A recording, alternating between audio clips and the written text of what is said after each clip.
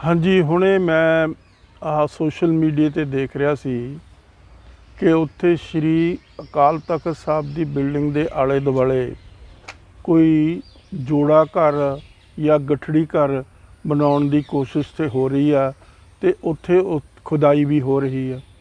ਉਹਨਾਂ ਨੇ ਬੜੀਆਂ ਮਸ਼ੀਨਾਂ ਵੀ ਲਾਈਆਂ ਵੀ ਖੁਦਾਈ ਕਰਨ ਦੀਆਂ। ਤਾਂ ਖੁਦਾਈ ਕਰਦੇ ਕਰਾਉਂਦੇ ਇੱਕ ਸੁਰੰਗ ਆਈ ਸਾਹਮਣੇ। ਜਿਹੜੀ ਸੁਰੰਗ ਜਿਹੜੀ ਆ ਉਹ ਬਹੁਤ ਪੁਰਾਣੀ ਆ, ਛੋਟੀਆਂ ਇੱਟਾਂ ਦੀ ਬਣੀ ਵੀ ਆ। ਦੇਖਣ ਨੂੰ ਇਹ ਲੱਗਦੀ ਆ ਕਿ ਉਹ ਸਦੀਆਂ ਪੁਰਾਣੀ ਜਿਹੜੀ ਹੈ ਉਹਦੀ ਜਿਹੜੀ ਕੰਸਟਰਕਸ਼ਨ ਹੈਗੀ ਆ। ਤਾਂ ਉੱਥੇ ਕਾਫੀ ਇਸ ਗੱਲ ਦੇ ਉੱਤੇ ਆਵਾਜ਼ ਉੱਠੀ। ਕੁਛ ਸਿਆਣੇ ਸੂਝਵਾਨ ਜਿਹੜੇ ਸਿੱਖ ਆ ਉੱਥੇ ਪਹੁੰਚ ਗਏ।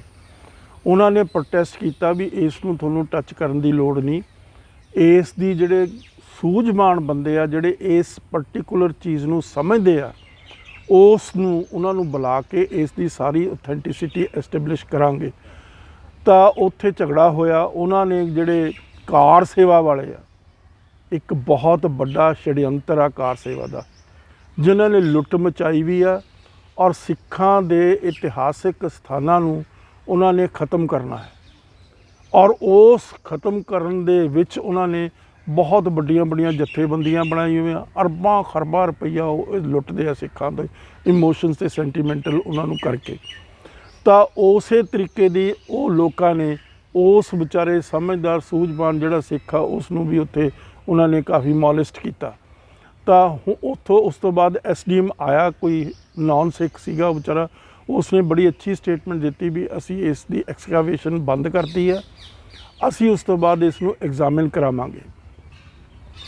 ਮੈਂ ਇੱਥੇ ਇੱਕ ਬਹੁਤ ਇੰਪੋਰਟੈਂਟ ਗੱਲ ਸਾਰੇ ਸਿੱਖ ਜਗਤ ਨੂੰ ਦੱਸਣੀ ਚਾਹੁੰਦਾ ਕਿ ਜਿਹੜੀ ਕਾਰ ਸੇਵਾ ਕੀ ਚੀਜ਼ ਆ। ਕਾਰ ਸੇਵਾ ਜਿਹੜੀ ਹੈਗੀ ਆ ਇਹ ਇੱਕ ਬਹੁਤ ਵੱਡੀ ਕਨਸਪੀਰੇਸੀ ਆ ਸਿੱਖਾਂ ਦੀ ਹਿਸਟੋਰੀਸਿਟੀ ਨੂੰ ਖ਼ਤਮ ਕਰਨ ਦੀ। ਔਰ ਜਿਹੜੇ ਬਾਬੇ ਕਰਾ ਰਹੇ ਆ ਉਹ ਬਿਲਕੁਲ ਅਣਭੋਲ ਆ। ਉਹ ਗੱਲ ਨੂੰ ਕਿਸੇ ਨੂੰ ਸਮਝਦੇ ਨਹੀਂ, ਜਾਂ ਉਹ ਇਸ ਕਿਸਮ ਦੀਆਂ ਏਜੰਸੀਆਂ ਦੇ ਨਾਲ ਰਲੇ ਹੋਏ ਆ ਜਿਨ੍ਹਾਂ ਏਜੰਸੀਆਂ ਦੇ ਨਾਲ ਸਿੱਖਾਂ ਦਾ ਇਤਿਹਾਸ ਜਿਹੜਾ ਹੈ ਉਹ ਮਲੀਆਮੇਟ ਕਰ ਦਿੱਤਾ ਜਾਵੇ।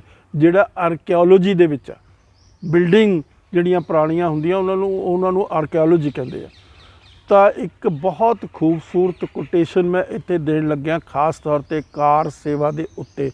ਉਹ ਹੋਏਗੀ ਅੰਗਰੇਜ਼ੀ 'ਚ, ਮੈਂ ਉਸ ਨੂੰ ਪੰਜਾਬੀ 'ਚ ਵੀ ਸਮਝਾ ਦੂੰਗਾ। ਕੀ ਆ? Don't build over your past, do not build over your past. ਆਪਣੇ ਪੁਰਾਤਨ ਜਿਹੜੀਆਂ ਤੁਹਾਡੀਆਂ ਬਿਲਡਿੰਗਾਂ, ਜਿਹੜੀਆਂ ਤੁਹਾਡੀਆਂ ਚੀਜ਼ਾਂ ਹੈਗੀਆਂ ਉਹਨਾਂ ਦੇ ਉੱਪਰ ਨਾ ਕੁਛ ਕਰੋ ਰੱਬ ਦਾ ਵਾਸਤਾ। ਔਰ ਜੇ ਤੁਸੀਂ ਕਰਨਾ ਹੀ ਚਾਹੁੰਦੇ ਹੋ ਬਿਲਡ ਅਰਾਊਂਡ ਇਟ, ਉਹਨਾਂ ਦੇ ਆਲੇ ਦੁਆਲੇ ਜਿੰਨੀਆਂ ਮਰਜ਼ੀ ਬਿਲਡਿੰਗਾਂ ਬਣ ਲਓ। ਪਰ ਹੋ ਕੀ ਰਿਹਾ? ਜਿਹੜੇ ਸਾਡੇ ਕਾਰ ਸੇਵਾ ਵਾਲੇ ਬਾਬੇ ਆ, ਅਨਪੜ੍ਹ ਬਾਬੇ, ਠੱਗ ਬਾਬੇ, ਚੋਰ ਬਾਬੇ, ਪੈਸਾ ਇਕੱਠਾ ਕਰਨ ਵਾਲੇ ਬਾਬੇ, ਉਹ ਉਹਨਾਂ ਬਿਲਡਿੰਗਾਂ ਨੂੰ ਖ਼ਤਮ ਕਰਕੇ ਉਹਨਾਂ ਦੇ ਉੱਤੇ ਮਾਰਬਲ ਚੜ੍ਹਾ ਰਹੇ। ਔਰ ਇਸੇ ਤਰੀਕੇ ਨਾਲ ਹਰ ਇਤਿਹਾਸਿਕ ਗੁਰਦੁਆਰਾ, ਸਾਡਾ ਤਾਂ ਬਹੁਤ ਰੀਸੈਂਟ ਇਤਿਹਾਸ ਆ, ਸਾਡਾ ਜਿਹੜਾ ਧਰਮ ਹੈ, ਸਾਡਾ ਜਿਹੜਾ ਇਤਿਹਾਸ ਆ ਉਹ ਔਥੈਂਟਿਕ ਹੈ। ਤੋ ਉਸ ਦੇ 'ਚ ਹੋਣਾ ਕੀ ਚਾਹੀਦਾ? Government of India the archaeological department ਹੈ ਜਿਸ ਦੇ ਵਿੱਚ ਲੋਕਾਂ ਦੀ ਇੱਕ ਸਪੈਸ਼ਲਾਈਜੇਸ਼ਨ ਹੁੰਦੀ ਆ। ਹਿਸਟਰੀ ਦੇ ਨਾਲ ਇੱਕ ਡਿਪਾਰਟਮੈਂਟ ਹੁੰਦਾ ਆਰਕੀਓਲੋਜੀ ਦਾ, ਜਿਨ੍ਹਾਂ ਦਾ ਇਹੀ ਕੰਮ ਹੁੰਦਾ, ਇਹੀ ਫੰਕਸ਼ਨ ਹੁੰਦਾ ਕਿ ਉਹ ਪੁਰਾਣੀਆਂ ਬਿਲਡਿੰਗਾਂ ਨੂੰ ਕਿਸ ਤਰੀਕੇ ਦੇ ਨਾਲ ਪ੍ਰੀਜ਼ਰਵ ਰੱਖਣ ਔਰ ਕਿਸ ਤਰੀਕੇ ਦੇ ਨਾਲ ਉਹਨਾਂ ਦੀ ਹਿਸਟੋਰੀਸਿਟੀ ਐਸਟੈਬਲਿਸ਼ ਕਰਨ, ਕਦੋਂ ਬਣੀ, ਕਿੰਨੇ ਸਾਲ। ਔਰ ਅੱਜ ਕੱਲ੍ਹ ਇਸ ਕਿਸਮ ਦੇ ਕੈਮੀਕਲਸ ਹੈਗੇ ਆ ਜਿਨ੍ਹਾਂ ਕੈਮੀਕਲਸ ਦੇ ਆਧਾਰ ਦੇ ਉੱਤੇ ਤੁਸੀਂ ਕਿਸੇ ਕਾਗਜ਼ ਦੀ ਜਿਹੜੀ ਸਾਰੀ ਜੋ ਉਹਦੀ ਏਜ ਆ ਉਸ ਨੂੰ ਡਿਟਰਮਿਨ ਕਰ ਸਕਦੇ ਹੋ, ਉਹਦੀ ਲਾਈਫ ਨੂੰ ਡਿਟਰਮਿਨ ਕਰ ਸਕਦੇ ਹੋ। ਕਿਸੇ ਬਿਲਡਿੰਗ ਨੂੰ ਵੀ ਕੈਮੀਕਲਸ ਦੇ ਰਾਹੀਂ ਤੁਸੀਂ ਦੱਸ ਸਕਦੇ ਹੋ ਵੀ ਕਿੰਨੇ ਸਾਲ ਪੁਰਾਣੀ ਹੈ ਇਹ। ਤੋ ਇਸ ਕਰਕੇ ਅਨਪੜ੍ਹ ਬੰਦਿਆਂ, ਖਾਸ ਤੌਰ 'ਤੇ ਸ਼੍ਰੋਮਣੀ ਗੁਰਦੁਆਰਾ ਪ੍ਰਬੰਧਕ ਕਮੇਟੀ ਦਾ ਇੱਕ ਕੋਈ ਕਾਰਨ ਸੀ, ਉਹ ਸਟੇਟਮੈਂਟਾਂ ਦੇ ਰਿਹਾ ਸੀ, ਦੇਖੋ ਜੀ ਜਦੋਂ ਅਸੀਂ ਕੰਮ ਕਰਨ ਲੱਗਦੇ ਹਾਂ ਤਾਂ ਇਹ ਸਾਡੇ ਕੰਮਾਂ ਦੇ ਵਿੱਚ ਅੜਿੱਕਾ ਪਾ ਦਿੰਦੇ ਆ ਇਸ ਕਿਸਮ। ਇਹ ਕੋਈ ਉਸ ਬੰਦਿਆਂ ਨੇ ਅੜਿੱਕਾ ਨਹੀਂ ਪਾਇਆ, ਉਹਨਾਂ ਨੇ ਤੁਹਾਨੂੰ ਸੰਕੇਤ ਦਿੱਤਾ ਵੀ ਇਸ ਬਿਲਡਿੰਗ ਨੂੰ ਐਗਜ਼ਾਮਿਨ ਕਰਾ ਲਓ। ਐਗਜ਼ਾਮਿਨ ਕਰਾਉਣ ਤੋਂ ਬਾਅਦ ਇਹਦੀ ਔਥੈਂਟਿਸਿਟੀ ਐਸਟੈਬਲਿਸ਼ ਕਰੋ, ਇਹਦੀ ਹਿਸਟੋਰੀਸਿਟੀ ਐਸਟੈਬਲਿਸ਼ ਕਰੋ। ਔਰ ਇੱਕ ਫਿਰ ਆਪਣੇ ਆਪ ਹੌਲੀ ਹੌਲੀ ਨਿਕਲ ਕੇ ਆਏਗੀ ਵੀ ਕਿਸ ਵੇਲੇ ਬਣੀ, ਕਿਉਂ ਬਣੀ, ਇਹਨੇ ਕੀ ਇਸ ਦੀ ਇੰਪੋਰਟੈਂਸ ਆ, ਕੀ ਇਸ ਦੀ ਸਿਗਨੀਫਿਕੈਂਸ ਆ। ਸੋ ਤੁਹਾਡੇ ਰਾਹੀਂ ਮੈਂ ਅਗੇਨ ਅਪੀਲ ਕਰਦਾ ਕਿ ਉਹਨਾਂ ਜੇ ਤਾਂ ਉਹਨਾਂ ਦਾ ਕੋਈ ਸਵਾਰਥ ਆ ਫਿਰ ਤਾਂ ਜ਼ਰੂਰ ਇਸ ਨੂੰ ਢਾਹ ਦੇਣਗੇ, ਮਲੀਆਮੇਟ ਕਰ ਦੇਣਗੇ ਔਰ ਉਹਦੇ 'ਤੇ ਮਾਰਬਲ ਚੜ੍ਹਾ ਦੇਣਗੇ। ਕਾਰ ਸੇਵਾ ਵਾਲਿਆਂ ਨੂੰ ਕਹੋ ਤੁਸੀਂ ਪਰੇ ਰਹੋ, ਇਹ ਤੁਹਾਡਾ ਕੰਮ ਨਹੀਂ। ਆਰਕੀਓਲੋਜਿਸਟ ਬੁਲਾਓ, ਸੈਂਟਰਲ ਗੌਰਮੈਂਟ ਦੇ ਵੀ ਆਰਕੀਓਲੋਜਿਸਟ ਹੈ, ਪੰਜਾਬ ਯੂਨੀਵਰਸਿਟੀ ਦੇ ਵਿੱਚ ਆਰਕੀਓਲੋਜੀ ਡਿਪਾਰਟਮੈਂਟ ਆ, ਉਹਨਾਂ ਦੇ ਬੰਦਿਆਂ ਨੂੰ, ਕਿਸੇ ਹੋਰ ਯੂਨੀਵਰਸਿਟੀ ਦੇ ਜਿਹੜੇ ਆਰਕੀਓਲੋਜਿਸਟ ਆ ਜਿਨ੍ਹਾਂ ਦੀ ਸਪੈਸ਼ਲਾਈਜੇਸ਼ਨ ਹੈ ਇਸੇ ਕਿਸਮ ਦੀ।